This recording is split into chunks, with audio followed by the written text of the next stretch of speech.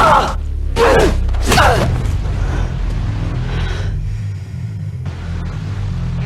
launch expires in 6 minutes.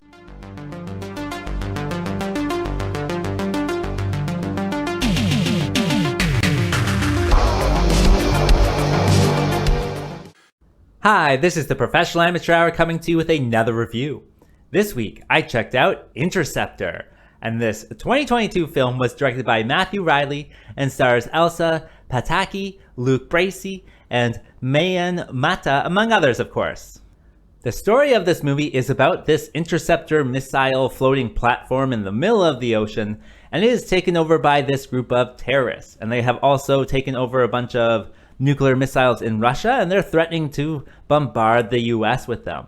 The only thing in their way is this missile platform, and so there are a few soldiers who are still loyal to America, so they barricade themselves in the control room, and now they have to have a standoff and everything else that goes along with it with the terrorists. So what will happen exactly? Well, you have to watch the movie and find out. Alright, so let's discuss this movie. Well, what works with it? Well, I gotta say, this is a very cheesy, kind of dumb, fun action film. I really enjoyed it that way. It has all the hallmarks of, a dumb, fun, cheesy action film. They have like a standoff with the bad guys, and I like the way they do it. It's like mostly like through this like door and stuff, and then there's of course getting around the door. There's lots of little fight scenes. I enjoyed that. There's like a little adventure side quest thing to keep the platform afloat. And there's lots of other things too. There's lots of, kick-ass fisticuffs and gunfights and all of that stuff's in there. So it is just cheesy, dumb fun that I rather enjoyed. Furthermore, it is like a one-room kind of movie. They do go outside a few times, but for the most part, it's just in this one room. And they actually make it really work as well. Of course, it's like the control booth or control room for the missile, so it's like very secure, but definitely works. They go outside enough and they have enough, fisticuffs and gunfights to keep you attached. So even though it's one room, it actually works pretty well that way. Also, I did enjoy most of the characters, especially the main character. I really enjoyed her character. She's like this Spanish woman who I guess became American and then joined the military. And she's just so tough. She's there. She's got like big muscles. She's kicking ass, taking names. She's doing like hand-to-hand combat, gunfights. So she's never backing down. Very like ironclad. Which is, I think, a line in there. That's why I say that. But yeah, she reminds me of like a female Die Hard, and I really just enjoyed her character. She really makes you want to root for her the whole way through. And furthermore, Chris Hemsworth shows up in this one. Just like a quick cameo, like he has like 3, 10-second things in there. And he plays this like character who's watching the whole thing. And actually, that's another aspect that I liked of kind of the story. The terrorists, they are live broadcasting from the control room. And so they're just there watching it. Like the whole world's watching him like launch these missiles at America. And that's definitely an interesting aspect to it. But Chris brings like, the cherry on top for that aspect. So, it works to have a fun time.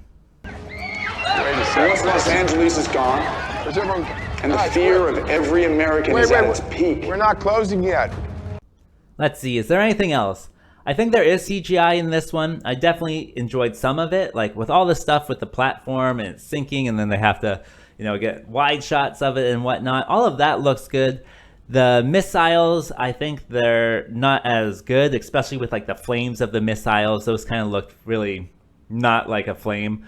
But yeah, generally the CGI was fine. Also, this is a Netflix movie, and you'll never believe it, but it's not 2 hours long. It's like 1 hour and 40 minutes, so it's a very like nice time as well. So yeah, just generally enjoyable movie, I would say. And that brings me to what doesn't work with this film. Well, I think with the motivation of the bad guys doesn't really make too much sense to me. Their plan is to like nuke 20 different cities in America, and then after all of that devastation, everyone's going to be united and restart America. And I don't foresee that happening. I think everyone would be like very angry or very sad and looking for people to blame. And yeah, that doesn't make much sense. Even the main bad guy, his motivations doesn't make sense to me. Like he is like the son of a rich senator or something. So he's actually benefited from the system the whole time. Like his whole life, he's been very privileged. And so it doesn't make sense to me why he would even care about, reuniting the country and looking out for the little guy. So that is, definitely a head scratcher. Furthermore, the importance of this platform is kind of lost on me. They keep saying it's like their early warning or early detection or early interception platform or whatever, but that kind of implies that they have other ones, like later stage defenses as well. So I just kept thinking, like, why not use those? Like, if this platform falls, start, warming up your secondary one or your third one or whatever. And so the importance of this particular platform within the plan definitely seems very contrived and is something to not think about, I would say. Just don't think about that aspect and you'll have fun. So who would I recommend this movie for? Well, if you're out there and you're looking for a dumb and fun action film, turn this one on. It's definitely that. As for a rating, I gotta give it the good bad score of 4.5 because I had quite a bit of fun with this one. And with that being said, I think that's all I wanted to say, so like and subscribe, and I'll see you next time.